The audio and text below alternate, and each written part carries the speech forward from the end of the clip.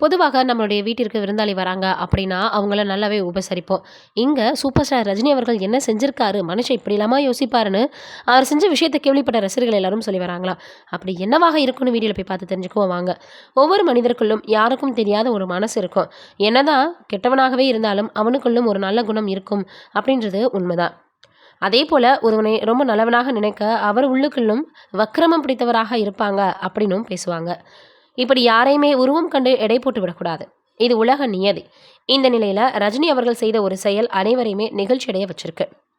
ரஜினிக்காக அவர் நடிக்கும் படங்களில் ஒரு அறிமுக பாடல் இருக்கும். அந்த பாடல் மிகவுமே கருத்துள்ள பாடலாக அமைஞ்சிருக்கும். அதோடு மட்டும் இல்லாம அந்த பாடல் மூலம் மக்களுக்கு என்ன சொல்ல வருகிறார் என்பதையும் அந்த பாடல் மூலமாக தெளிவுபடுத்தியிருப்பாரு.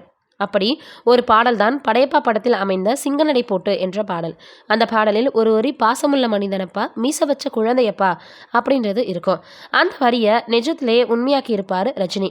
பாபா படத்திற்கு ஒரு பாடலுக்காக வைரமுத்து அவர்களை தன் வீட்டிற்கு அழைத்தாராம் ரஜினி. அப்போது வைரமுத்து எப்போதும் போல அவர் வீட்டிற்கு சென்று அமர்ந்திருக்கிறார். ஆனால் ரஜினி வைரமுத்து அவர்களுடைய உடை, அவர் அணிந்திருந்த செப்பல் இவற்றை எல்லாமே பார்த்துக்கிட்டே இருந்தாராம். உடைக்கும் செருப்புக்கும் சம்மந்தமே இல்லையே அப்படின்னு சொல்லிட்டு தன் உதவியாளரை அழைத்து பேப்பர் எடுத்து வர சொன்னாராம். அந்த உதவியாளரை வைத்து அந்த பேப்பரில் வைரமுத்து அவர்களுடைய காலை அளவெடுத்து வச்சுக்கிட்டாரா. உங்களுக்கு ஒரு புதிய செருப்பை வாங்கி அனுப்புகிறேன் அப்படின்னு சொல்லி வைரமுத்து அவர்களை அனுப்பி விட்டுட்டாராம். ரஹ்மான் ஸ்டுடியோவிற்கு சென்று வீட்டிற்கு சென்று வந்து பார்த்தால் வைரமுத்து அவர்களுடைய வீட்டில் ரஜினி சொன்ன மாதிரியாக புதிய செப்பல்கள் இருந்துச்சாம். எந்த அளவுக்கு பாசமுள்ள மனிதராக இருந்திருப்பாரு ரஜினி அப்படின்னு ஒரு பேட்டியில் வைரமுத்து அவர்களே இதை ஷேர் பண்ணியிருக்கிறாரா. எவ்வளவோ விஷயங்கள் எல்லோருமே செய்வோம். ஆனால் சின்ன சின்ன விஷயங்கள் எதிர்பாராத விதமாக யாராவது நம்மளுக்கு செய்யும் பொழுது ரொம்பவே பார்த்திங்கன்னா அவங்களோட பிணைப்பு அதிகமாயிடும் அப்படின்னு தான் சொல்லணும்.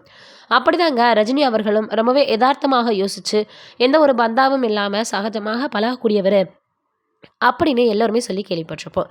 இப்போ அப்படிதான் வைரமுத்து அவர்களுடைய விஷயத்துலையும் அவர் நடந்துட்டு இருந்திருக்காரு. நீங்கள் என்ன நினைக்கிறீங்கன்னு மறக்காமல் கீழே இருக்கக்கூடிய கமெண்ட்டில் சொல்லுங்கள். நன்றி, வணக்கம்.